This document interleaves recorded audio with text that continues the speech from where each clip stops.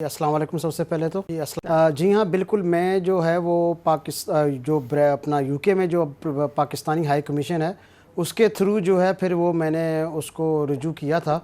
एक दफ़ा नहीं, तीन चार बल्कि चार पाँच दफ़ा जो है वो एप्लीकेशनें दी हैं, लेकिन वो एप्लीकेशनों की हद तक ही है, क्योंकि जो मेरे मद्दे मुकाबले बड़े बाअसर हैं तो ये बस एप्लीकेशनों की हद तक रहता है, तो उसके बाद कुछ भी उसका जवाब मुझे नहीं मिलता जो है ना। मैंने 99 में, मेरे वालिद साहब का 98 में इंतकाल हुआ। थोड़ा सा मैं क्लेरिफाई कर दूं, कुछ चीज़ें बीच में आपने जो बोली हैं उसमें थोड़ी सी क्लेरिफिकेशन करने की ज़रूरत है। क्या 1999 में मैं जब आया था तो उस वक्त अपराइजिंग नहीं हुई, सेकंड अपराइजिंग जो है वो बाद में हुई है। मेरे वालिद साहब का 98 में इंतकाल हुआ, तो चूँकि वहाँ प्रॉब्लम्स थे, मेरी स्टे वहाँ पक्की नहीं थी, तो वालिद साहब से जब मेरी बात हुई, पहला जब हार्ट अटैक उनको हुआ, और इस मामले ये जो हालात है इसका मेरे चाचा बिलखसूस जो सज्जाद अहमद राजा हैं, सबसे छोटे चाचा हैं, और इन सब चाचाओं को मेरे वालिद साहब ने ही पाला है, क्योंकि वालिद साहब बड़े थे। तो अब कहने का मकसद ये है कि ये वो बातें हैं जो कि फैमिली मैटर्स हैं। अगर फैमिली में हल हो जाते तो बेहतर था, मैं यहाँ ना बैठता, लेकिन ये फैमिली मैटर्स नहीं हैं। मेरे जहाँ मेरी हेरिटेज है, जिस मेरे मुल्क पाकिस्तान की, जहाँ पे मेरे वालिदैन की कब्रें, तो इसमें यही है कि एक तो मैं आपको ये बताऊँ कि 99 में अपराइजिंग नहीं हुई, अपराइजिंग उसके बाद हुई है। 2001 में मेरी वालदा का जब इंतकाल हुआ तो इन चाचाओं ने मुझे बहुत तंग किया। मेरी वालदा जब ज़िंदा थी तो भी तंग किया। इनका पॉइंट यही था कि वो 385 एकड़ जगह मीरपुर मथैलो खाली जगह नहीं, वो मीरपुर मथैलो नाम है उस जगह का, उसकी ये जो डिस्ट्रिक्ट है गुटकी है, और उसके बाद जो उसका जो डिवीज़न है वो सखर है।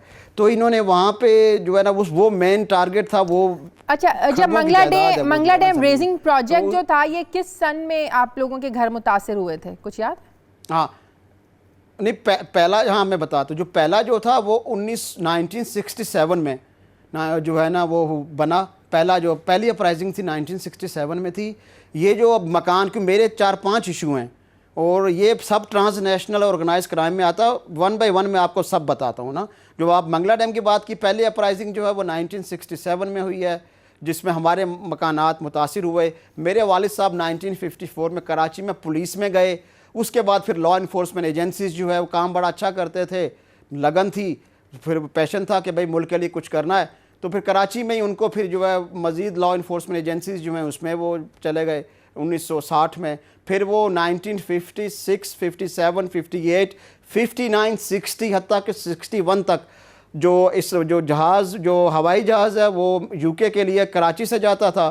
तो मेरे वाले साहब साथ फिर कारोबार भी करते थे, जो वहाँ पे जो रिक्रूटिंग एजेंसी भी थी उनकी, मतलब ये जो बंदे बाहर बेचते हैं, तो वो फिर इंग्लैंड में ज़्यादातर बंदे बेचते थे।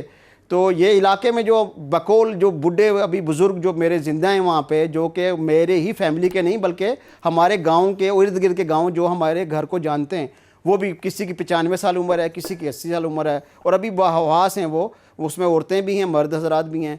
तो वो ये कहते हैं, बेटा उस वक़्त इस इलाके में तुम्हारे वालिद साहब के पास पैसे हुआ करते थे, और डाक बंगला। मैंने कहा जी वो कहने लगे डाक बंगला आपके वालिद ने ख़रीदा था। तो मैंने कहा डाक बंगला क्या होता है? तो वो फिर बताने लगे डाक बंगला जो है पुराने वो गोरों ने, जब अंग्रेज़ों ने जो यहाँ तामीरात की हुई थी पार्टीशन से पहले, तो उसमें पुराना मीरपुर जो होता था, तो उसमें वो डाक बंगला तुम्हारे वालिद ने ख़रीदा था, पैसे उनके पास थे। तो वो इतना बड़ा था कि वो यॉर्कशायर स्टोन, जिससे ब्रैडफोर्ड में होता है ना, यॉर्कशायर स्टोन कहते हैं उसको, हमारे वहाँ वो बड़ा अच्छे पत्थर के मकान बने हुए हैं, तो उनकी लाइफ बड़ी लॉन्ग होती है। तो मैं बड़ा हैरान हुआ। मैंने कहा बुज़ुर्गों को वहाँ जो यहाँ जो ज़िंदा है अभी, मैंने कहा जनाब ये समझ नहीं आई, जो मेरे जो वालिद साहब ये जो मकान बने हुए, ये किस तरह यॉर्कशायर स्टोन इतना पुराना कैसे यहाँ आ गया? फिर उन्होंने बताया कि ये जो चूँकि डाक बंगला था वो गोरों ने, अंग्रेज़ों ने तामीर कराए हुए थे पुराने मीरपुर में, तो ये तुम्हारे वालिद फिर लोग वहाँ बेचना शुरू कर दिए थे लोगों ने। तो उसमें तुम्हारा मतलब वो उस वक्त जो सरकार थी वहाँ पे जो है ना, तो फिर मेरे वालिद ने वो इतना बड़ा था कि उससे वो आबाई गाँव, मतलब जो मकान भी बनाया 1960 में, जिसमें ये मेरे सारे चचा पले बड़े हैं, जो वो मकान मेरे वालिद ने बनाया है।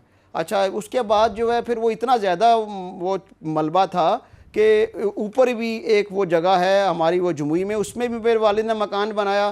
फिर उसके बाद जो है वो new city Islamgarh new town Hamlet Islamgarh के अंदर ही है, उसमें भी मेरे वालिद साहब ने वो एक थोड़ा सा वो एक दीवार जो है कि भाई ये ब्रिटिश स्टाइल रहेगा कि यॉर्कशायर स्टोन नज़र आ रहा है, तो वो दीवार बनाई उन्होंने जी। तो लेकिन जो है ना, ये एक तो वो था ना, 1960 में मेरे वालिद साहब ने मकान बनाया। जब अब पहली अपराइजिंग हुई 1967 में, तो इसका मुआवजा मिल गया हमें ना। जब मुआवजा ले लिया तो वो जगह खालसा सरकार क्राउन लैंड हो जाती है। तो फिर ये जगह जो है वो सरकार के पास चली गई।